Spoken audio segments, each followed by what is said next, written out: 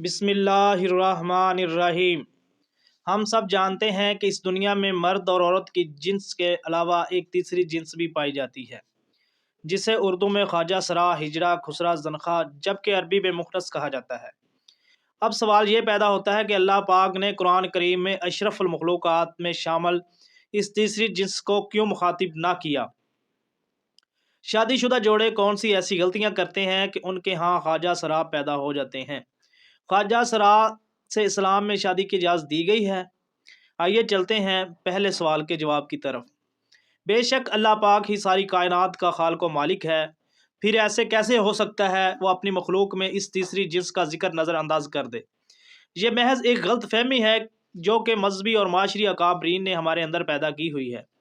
آئیے اس مسئلے کے حل کے لیے مشہور سائنسدان ہیری کلین فلٹر کی تھیوری کو دیکھتے ہیں۔ اس نے ایک بیماری دریافت کی جس کا نام اس نے اپنے نام پر یعنی کلین فلٹر سنڈروم رکھا۔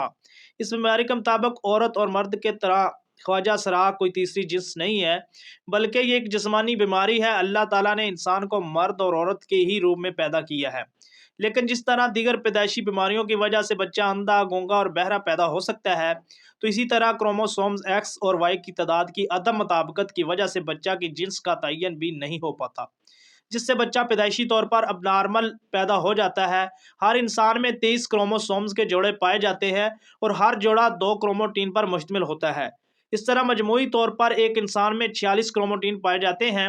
بعض اوقات کروموسومز کی تبدیلی کے وقت مردوں میں ایک زائد کروموٹین ایکس پیدا ہوتا ہے۔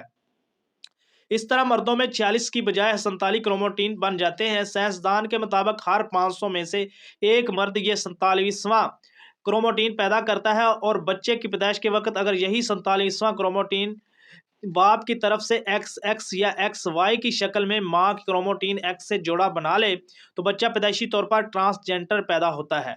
یہاں یہ بات واضح کر دیں کہ ماں کی طرف سے ہر صورت میں ایک ہی کروموٹین ایکس آتا ہے، جبکہ باپ کی طرف سے ایکس اور وائی دونوں میں سے کسی ایک نے آنا ہوتا ہے۔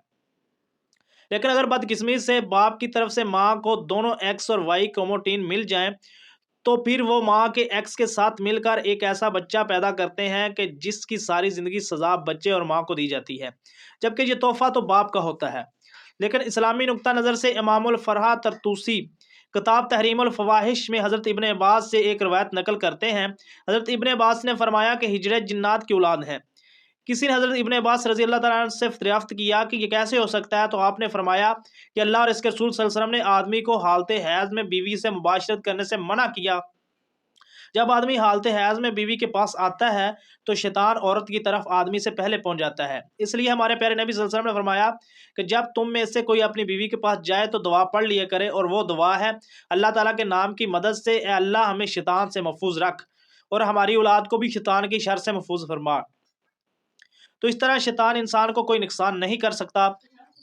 قرآن کریم کی سورہ شورى میں اللہ اپنی حاکمیت بیان کرتے ہوئے ارشاد فرماتے ہیں کہ بے شک اللہ آسمان اور زمین کی حکومت اللہ ہی کے لیے ہے، وہ جو چاہتا ہے کرتا ہے، وہ کسے چاہتا ہے بیٹے عطا کرتا ہے اور جسے چاہتا ہے بیٹیاں دے دیتا ہے، جسے چاہتا ہے ملا جلا ادا کرتا ہے، اور وہ جسے چاہتا ہے بے اولاد رکھتا ہے۔ وہ تو جاننے والا اور قدرت والا ہے۔ ہمارا یہ ایمان ہے کہ اللہ ہر چیز کا مالک ہے، وہ جو چاہتا ہے کرتا ہے اور کسی پر ظلم نہیں کرتا۔ آئے اب تیسرے سوال کا جواب دیتے ہوئے کہ ہجڑے سے شادی کی جا سکتی ہے یا نہیں۔ بات یہاں ہے کہ ہجڑے کوئی الگ مخلوق نہیں بلکہ وہ بھی انسان ہی ہے۔ خلقی اوصاف کے اعتبار سے ان میں سے بعض مردانہ اوصاف سے محروم ہوتے ہیں اور بعض زنانہ اوصاف سے۔ یہ انسان کی تخلیق کی وہ عیب ہیں جو اللہ نے ان میں ایسے ہی رکھے ہیں، جیسے ہم بعض لوگوں کو انسانی اعضاء سے معذور پاتے ہیں۔ یہ نقائص امتحان کے لیے انسان میں رکھے جاتے ہیں۔ ایک انسان جو کہ معذور ہونے کے باوجود کامل عقل شعور رکھتا ہے تو اس کا امتحان صبر کا امتحان ہے۔ خنثی مشکل یعنی جس شخص میں مرد و عورت کے علامت بالکل مساوی برابر ہو سے کسی لڑکے یا لڑکی کا نکاح شرعاً جائز نہیں۔ البتہ خنثی غیر مشکل یعنی وہ خنثی کہ جس میں مردانہ قوت اور علامت غالب ہوں تو شرعاً مرد شمار ہونے کی وجہ سے اس کا کسی لڑکی سے نکاح، اور اگر اس میں زنانہ صلاحیتیں اور علامت غالب ہوں تو اس کا کسی مرد سے نکاح شرعاً بھی جائز اور درست ہوگا۔ ایک دفعہ ایک شخص حضرت علی رضی اللہ تعالیٰ عنہ کی بارگاہ میں حاضر ہوا اور عرض کرنے لگا: اے امیر المومنین، میرا بھائی خواجہ سرا کی محبت میں گرفتار ہو گیا جب ہم نے اس کو اس مکروہ عمل سے باز رکھنے کی کوشش کی تو اس نے اس مخنث سے شادی کر لی۔ اب آپ بتائیں کیا یہ نکاح جائز ہے؟ جب یہ معاملہ حضرت علی رضی اللہ تعالیٰ عنہ کے سامنے پیش کیا گیا تو آپ نے خواجہ سرا سے دریافت کیا کہ تمہاری مشابہت مرد کی طرح ہے یا عورت جیسی ہے؟ خواجہ سرا نے بتایا کہ مجھ میں مرد اور عورت دونوں کی خصوصیت پائی جاتی ہیں، مجھے ماہواری بھی آتی ہے اور میں مردوں کی طرح بھی زندگی گزارتا ہوں۔ حضرت علی رضی اللہ تعالیٰ عنہ نے اپنے غلاموں کو حکم دیا کہ اس خواجہ سرا کے دونوں طرف والی پسلیاں شمار کریں، اگر بائیں جانے والی ایک پسلی کم دکھائی دے تو پھر اس کو مرد سمجھا جائے گا، ورنہ اس کو عورت تصور کیا جائے گا۔ جب یہ واضح ہو گیا کہ خواجہ سرا کی ایک پسلی کم ہے تو حضرت علی رضی اللہ تعالیٰ عنہ نے فیصلہ صادر فرمایا کہ اسے مرد شمار کیا جائے اور اس کے شوہر اور اس کے درمیان علیحدگی کروا دی۔ اس طرح خواجہ سرا کی وراثت کا بھی مسئلہ ہے، اگر تو وہ مرد کے مشابہ ہے تو مرد کا حصہ پائے گا، اور اگر عورت کے مشابہ تو عورت کا حصہ پائے گا۔ افسوس کہ ہمارا معاشرہ جو کہ اسلامی معاشرہ کہلاتا ہے، اس میں انہیں عزت و احترام حاصل نہیں جو کہ مرد و زن کو حاصل ہے۔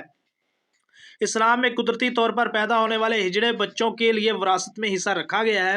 اس معاملے میں سب سے پہلے والدین کو شعور دینا چاہیے کہ اگر کوئی ایسا بچہ پیدا ہوتا ہے تو اس صورت میں اسے گھر سے نکالنے کی بجائے معذور سمجھ کر معاشرے کا کارآمد شہری بنانا چاہیے۔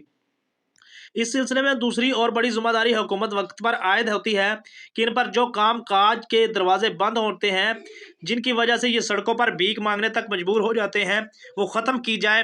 اس سلسلے میں قانون تو موجود ہے لیکن عمل کوئی نہیں کرتا۔ بہرحال ہماری آج کی ویڈیو اسی سلسلے میں ایک کاوش تھی کہ ان لوگوں کا وہ حقوق دلوائے جائے جو کہ باقی تمام شہریوں کو حاصل ہیں۔ میری آپ سب سے درخواست ہے کہ خواجہ سرا کی تحقیر کی نظر سے دیکھنے کے بجائے ان کو بھی عزت و احترام دیا کریں جیسے کہ معاشرے کے دوسرے تمام افراد کو حاصل ہے۔ اللہ پاک مجھے اور آپ کو صحیح سمجھنے کی توفیق عطا فرمائے، آمین۔